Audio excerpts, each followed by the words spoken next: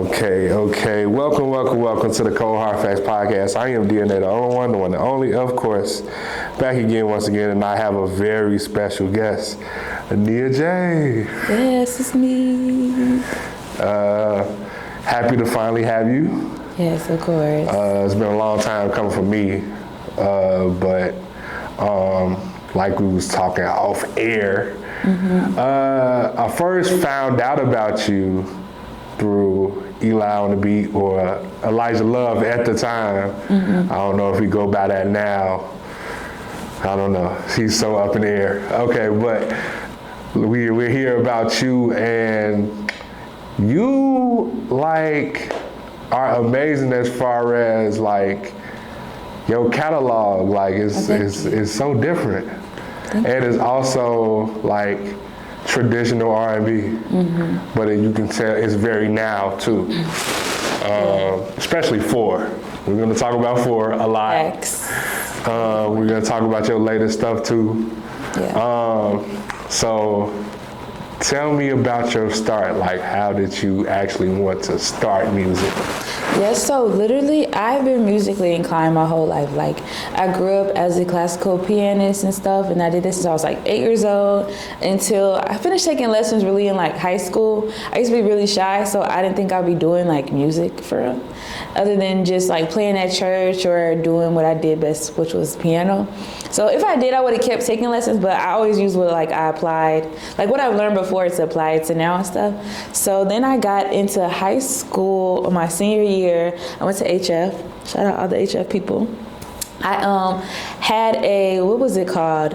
A music industry class, and so I was able to like be in it with my friends and actually like express my like fake artistry. And I was like, okay, so this was really fun. Like, I think I can do it for real. So I feel like that class was so like, I don't know, it was just so essential to my actual like music career. And then I got into college, and then like during COVID and stuff, I was like, okay, yeah, so let me actually sit down and generate what I'm gonna do. So I started trying to become a recording artist in 2018. And then during the COVID era, it was like curating the actual brand.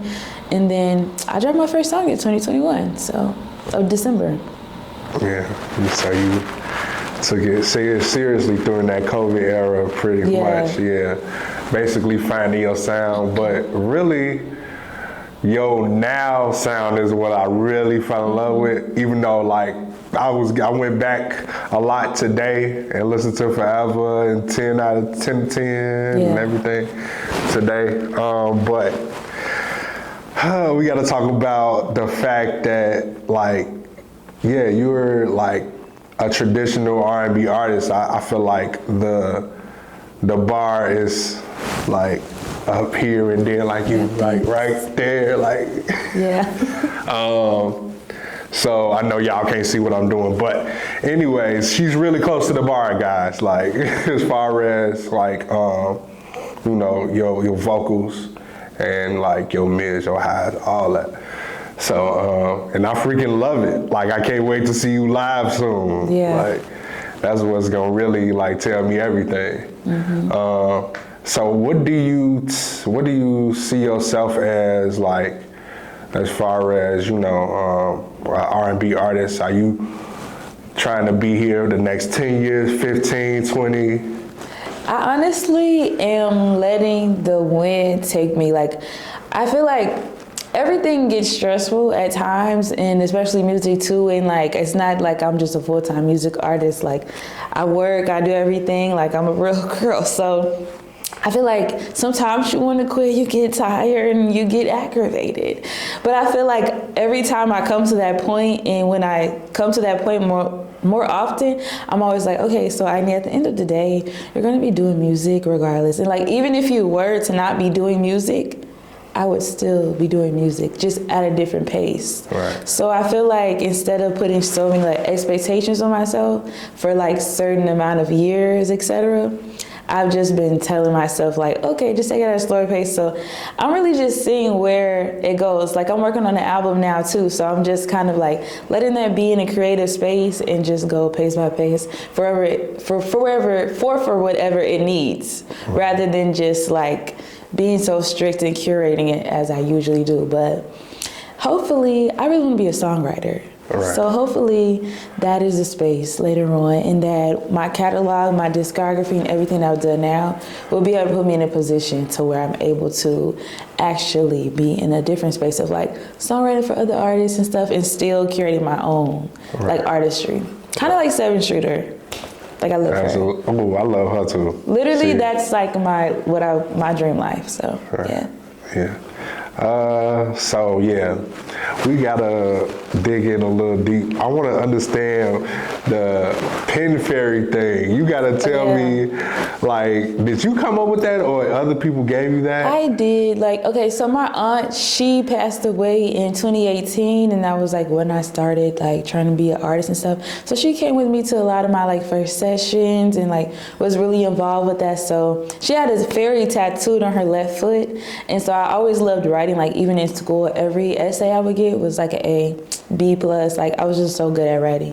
I used to write poems, and I just always wrote songs. Like had this really big songwriting book when I was a kid. Me and my cousin, we also used to really be deep into like wanting to be the next Hannah Montana and being stars. We were in like a fake little girl group for like a long time. We just wrote songs and literally did what I do now, but clearly I was a kid, so it wasn't real. So I was just really big into writing. And so I was like, okay, let me put both the things that I love together, which is like my aunt and then the writing portion. So it's kind of like sprinkling the fairy dust everywhere. And I just feel like my pen is just so magical. Like it just goes in. Like I feel like there's no song that I touch that is not like gold. I don't know. So yeah. Confidence is key. You got it. It is. It's just true. Yeah. I don't know what song to talk about first on 4. I guess I'll start with my favorites first. Somewhere in Space. Oh, I love that song. Talk about creating that. Okay, so Brandon, we'll start there. He plays bass with me in my band, and he tours a lot and does a lot of good stuff for himself too. But he has been like getting back into like his producing bag. And we were at rehearsal for, I don't even know what show we were at, but this is like the start of everything. We were in rehearsal in a garage. We was just getting to it. So he literally played a beat, and he was nervous. He was like, I don't know, like, you know, when you're playing something of your art, like everyone is a little hesitant. So he played it, and I was like, I'm not gonna lie, this is fire. Like I loved it. And I feel like I do that a lot with beats that people are like unsure about. I always hear something that I genuinely love. So I was like, send it to me. And even when we were at rehearsal, he was playing it, and I was just like making little melodies and stuff. So it kind of started there. And then he sent it to me, and I started writing to it. And then my engineer slash producer slash bestie came, my twin, Castle. He came over, and then we ended up recording it at my crib downtown where I used to live, my apartment. So that's another just thing that I loved. And yeah, we just started recording it, and it turned into a whole little fiasco of what it is today. Then I feel like one of my favorite parts is the ending where it does like the breakdown. I was kind of like, let me flip this at the end. Let's chop and screw it. So it was just a creative concept between different people. That's dope. That's dope. Okay, tell me about this title 4, because is it like symbolism or anything? Okay, so I genuinely love how artists have a lore. Like, I don't know, what's the lore of somebody? I don't know. I just love when they have something like specific that you can tie into, and when you're a consumer, you can look into their discography, into their artistry, and you're like they do this with Beyonce all the time. They're like, oh my God, so she had this all along, and then she put this outfit on, and this color was to represent blah, blah, blah. So it's like fun to me. Like, I feel like it's a part of that to generate a lore. So I use 4 in a lot of the songs, but I also wanted to create some type of consistent, I can't think of the word, but like some consistent theme, like a theme basically, which is like space. And so like I'm a religious person, like I love the Lord Jesus Christ. So I was like, okay, so what's really cool is on the 4th day, like in the Bibles, when he created like space, the moon and the stars, blah, blah, blah. So that was literally God's space to create literally like pretty much everything. And so like I feel like one of the most closest things really too is creativity as well. So I was like, that's really, really cool to implement that and use it as a consistent theme, because I'm creating and I'm inviting everybody into my world of music and my journey of what I got going on. So yeah. I love that you like really touched on everything. It's like I yap a lot. I don't know. No. It's cool. It's cool. I'm glad that you like to talk, because I can tell, like, you know, you passionate about what you do and everything.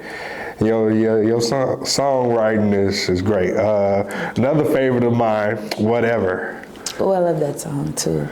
That was another beat where I think my friend was like, I don't know, I think Castle made that beat, and he was like, I don't know, I think I don't like this, it's a trash beat. And I was like, no, we doing this beat, because I could just hear the vibe.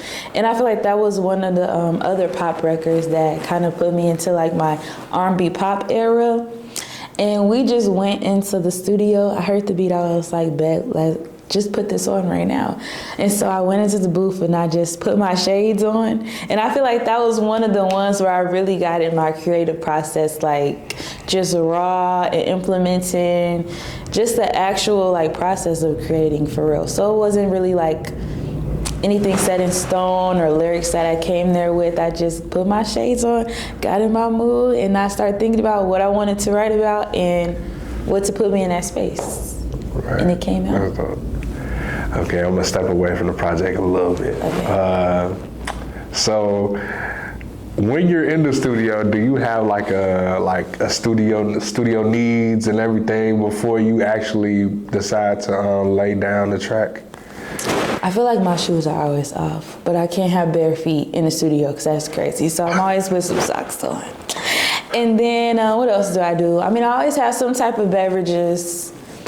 And then before I do a show, or anytime that I know I have to sing in general, I have to do my vocal warm-ups, which are 2 specific songs. I'll make sure I do it in the car. I'll do like some random scales, and then I'll sing Blue Dream by Ine'a J because it's something repetitive. And I feel like that goes well with my range to help me like get the range in there and the tone.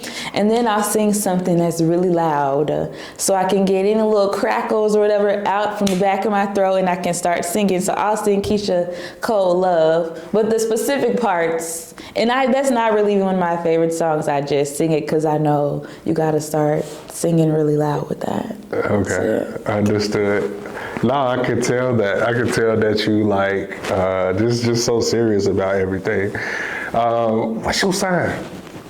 Unfortunately, look, my sign is cross. I'm just kidding, but I'm a Libra. My birthday's in October. How did I know? How did I know? When's your birthday? I'm an Aries. I'm April 4th. Oh, your birthday's coming up. Yeah. I could just tell, like sometimes some Libras are just like so intentional on everything. And that seems like you. That is me. That is definitely me. And I just had another Libra on my show, so this is going well for you Libras. It is. Love and Rage, another favorite. Oh yeah, that is. Oh my God, like I could not put that, I couldn't put that down. You gotta talk about that one. Shout out J Noir. We got into it with each other. I don't even remember the first time we met, but we've been working together closely for a little bit now too. So he produced that. And I'm trying to remember where I recorded it. I possibly recorded it at his studio at Music Garage, I think. And yeah, so that was another just space to be in the studio and create. I feel like a lot of my songs too are, no, that was not about, kind of, I feel like a theme is emotional unavailability sometimes. So I feel like that was another aspect lyrically where that came in, and kind of being vulnerable and putting it out there. I feel like a lot of parts in it was very descriptive of actual things that like have gone on. So it's like, okay, let's just start, talking to the girls in here and connecting. So I feel like that's what that was, because sometimes we get into stuff that we don't feel like is probably good, but you still do it anyway, and it's like now you're just kind of playing with fire, and we're just like playing on the edge, so it's like a risky track. Yeah, I can tell that. Why did you decide to put Mona Lisa at the top? So is that a fan favorite or not? Yeah. That's Okay. another one that I play on repeat. Yeah, I'm not gonna lie, because Mona Lisa was like, you trying to play me, but you messing with a baddie, like, hello, like, do you not know? And I feel like during that time, I think I was kind of like dating somebody, and I feel like I was really putting my actual like heart into the tracks, and I was like, let me just talk about it. And that's exactly what happened. I feel like the first lyrics, she said, pointless, frozen, did you notice I had chosen you? Like, a lot of times men like to feel like they're so big and bad, blah, blah, blah. They make the plays, and like the girls just following along. Like, really? Like, we chose to do with you. Like, we made you special, you know? So it's just putting women back into their femininity and in the chess piece. Absolutely, I definitely felt that. That's why it's so. I feel like you really popping your stuff. Like you really. Yeah, because it's something like a lot of times, like I make songs that are like, oh, sad girl music, not hot girl, but like emotional unavailability. But it's like, okay, how can we use that, but still like saying like I'm that girl, because that's the truth. Right. Yeah. It's not just about your face. It's about everything. Yeah. Yeah. Absolutely. I wholeheartedly agree with that. Something real is not a favorite, but I do want to know like how that came together, because Rocky Fresh, where is he at? That's what. I love that song. I made that song so long ago because that was a collab beat that I produced with Local. He's from like Turkey. He's so cool. I love him. He works at, I don't know where he works now. I think he still works at LSD Studios, not sure, but he produces and engineers. He's also a DJ. And so we were cooking up. We made that at Coda with Castle the first day, I think, that we met. And so we were just kind of like making beats together, and I was so excited because I got to be in a space where I could like, you know, implement my producer little additive. So we did that. And then I won a session through the BOK room. So we kind of like recorded it, but this was like years ago. So I like brought it back. I was like, if it's a song that I produce, I have to put a feature on it. And then I went to a session of Rocky's once. And then I was like, full circle back when I'm ready to make something. And then I hit him up and he was down. So it was really cool. Yeah, that was really dope. Now let's get into your recent singles. Okay. Mutual, another freaking favorite. Oh, like, yeah, daddy. Another one that's like on repeat for me. First, talk about the video. Yeah, that video I feel like is the best video that I have out right now. Like, it eased down. I feel like that was the best treatment that I curated. I'm very hands-on, like I direct everything, creative directed. I'm in my documents. I feel like people don't realize how strategic and like implementative everything is, like from what we see to like the boards, the paragraphs that I'm writing out, the themes, like from even just like how the outfits into like, but even deeper stuff like the aesthetic, the curation. It's just so, I feel like, intentional, and that was really, really cool to be able to see like, okay, what I wrote out, did I actually get this to come out in real time? So it was really, really fun. And then I also danced for like 4 years. I was on a dance team. So I was like, I can finally implement that part of me too. And then I had some of my dance sisters from college and high school in there. So it was really fun. Yeah, that's dope. Learn to Love / Ego and Destruction. Oh, wait. We forgot to talk about the song, Mutual. Oh, yeah. Okay, the song. I feel like I was saying, emotional availability is such a constant thing with me. I don't know why, but I guess the heart just speaks, you know. Hate to see it. But yeah, I feel like that was also from like different spaces of different times of like just being in different situations or relationships and stuff.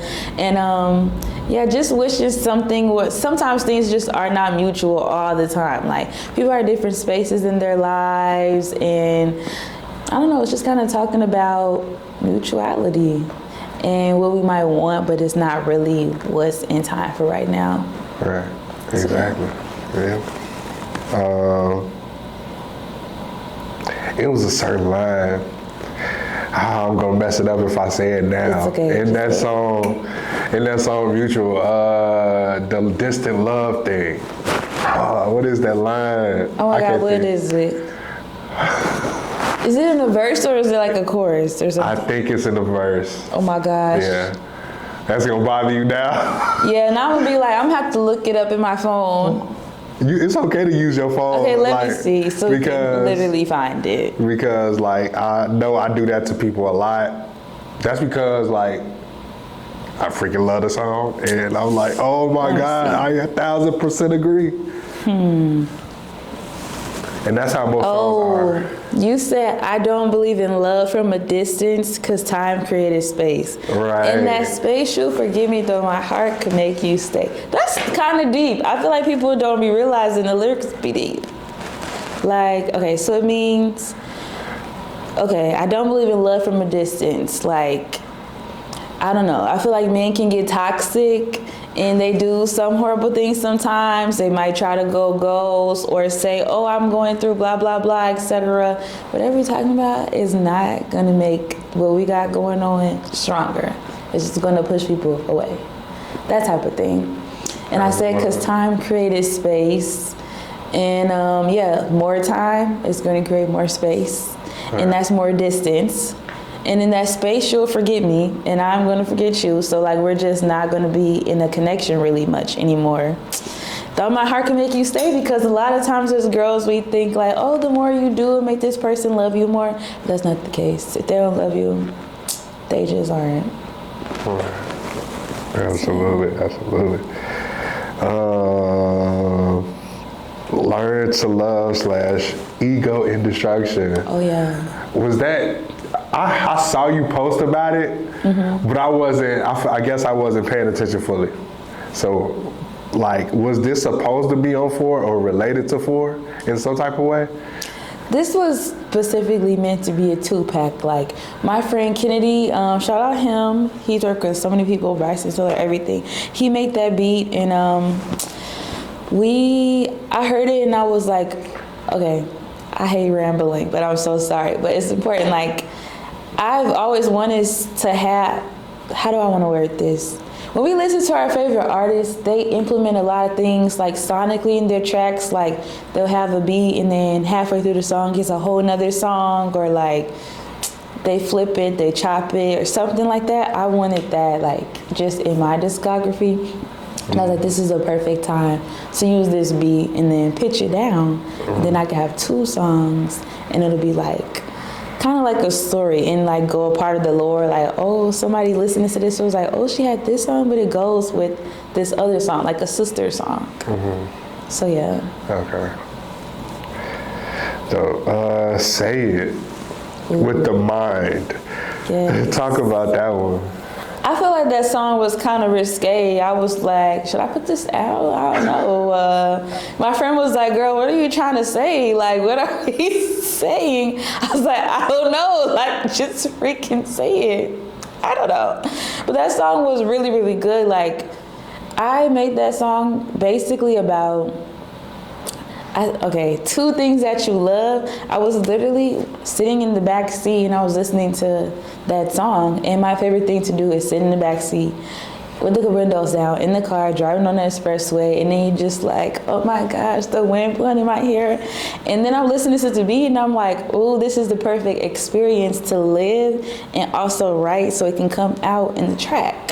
So I was just writing to it, and then I was looking at the skyline. My favorite skyline is not Lakeshore Drive, but the other side. I think that's Dan Ryan. I don't know. I think it is. I never know the name of it, but it's so pretty to me. It's the one with the most traffic. And I'm like, I love this skyline so much, and I love being on the expressway with these windows and my wind in my hair. But I also am talking to this boy probably, and I feel like I'm in this type of, not love, but like-you-ationship. Let me just write about this stuff together because this is the vibe. And that's what came out. Okay. Now, it will be a next time. For sure. So, see, once I got you on here once, I will get you on here again. Like, that's like, you plus like, I feel like, you know, anybody who visits my platform is family now. You feel me? So appreciate you, sister. Of course, thank you for having me. Yeah. So I got some boring interview questions, but I also want to like implement some like out of the box questions that I have off the dome too. Like it's going to be sort of a speed round, but you don't have to speed through it if you don't want to. I'll do my best. Your favorite R&B artist, not yourself. Brandy, 7th Streeter, Eric Bellinger. Okay. And probably other people. Right. But I just love them too. Also, you got an amazing writer, as in Eric Bellinger. He's an amazing writer. That's why I had to put that in there in case that wasn't a question later. Right. Yeah. Okay. Favorite R&B album that you're listening to right now? Oh my gosh. I would have to. Let me look it up. Okay. Let me look it up. Because I don't want to steer anybody wrong. What is the album that I'm listening to? This question is so hard for me because I listen to a lot of songs from stuff, but not always full projects. I'm getting into full projects. Right. But I will say one of my favorite artists right now from the past year is Obsidian by Naomi Sharon. I love her. And she's one of my favorite R&B artists, but I also feel like she's pop a little bit as well. Just not traditional pop. Right. Okay. And I love the album. If you could write for anybody dead or alive, who would you write for right now? Oh my gosh. To write for anybody? That's a deep question. Cause I would say everybody that I like. We'll just go with SZA. Okay. But I feel like there's a lot of songs that I'll be like, I wish I wrote this. I just wish I wrote that song so much. Do I remember who they're from? No. Okay. But yeah, we'll just go SZA. Okay.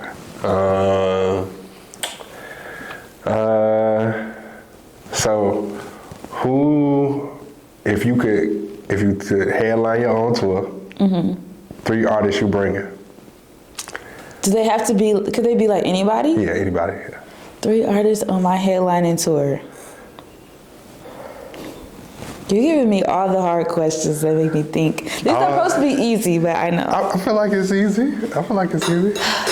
You listen to a lot of music. Come on. I know. Okay. Because this is just like my era, I'm bringing the OMG girls. They gotta come. Okay. I feel like that, it has to be meaningful. Like, that was an era where I was like, ooh, love this. When I grow up, I'm trying to like be a singer and an artist and stuff. So I feel like that's essential. They have to come. And also perform their solo stuff, because I listen to them as solo artists. I would have that. I would have 7th Streeter for sure, because I love her. I would also have, I'm trying to think of somebody that's big with instrumentation.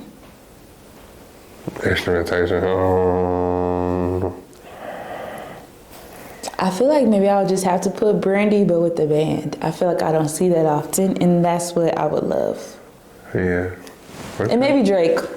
Okay. Or Chris Brown or something, bring a boy. Okay. You coming up with a whole nother 3. Lucky Day, because I loved him so bad for a long time. Yes. And he's a great performer. Absolutely. Lucky is great. Well, that's pretty much all I have for you. If you want to do shout outs, you can do shout outs. Yeah, shout out my sister because I love her and she does makeup, so you guys need to get in tune with Amora La, Beats by Lay, Sincerely Dinasha. I'll have to tag her in the comments. You know, the girls have to get beautiful. And yeah, shout out Castle. Without him, my project would not be amazing. My twin, I'm so grateful for you. And shout out my mama. Yeah, okay. That was dope. And shout out Cold Heart Effects Podcast. Yes. And I normally end every episode, even interviews, with a quote. Appreciate your haters because they love you just as much as the people that love you do. Yes. We out.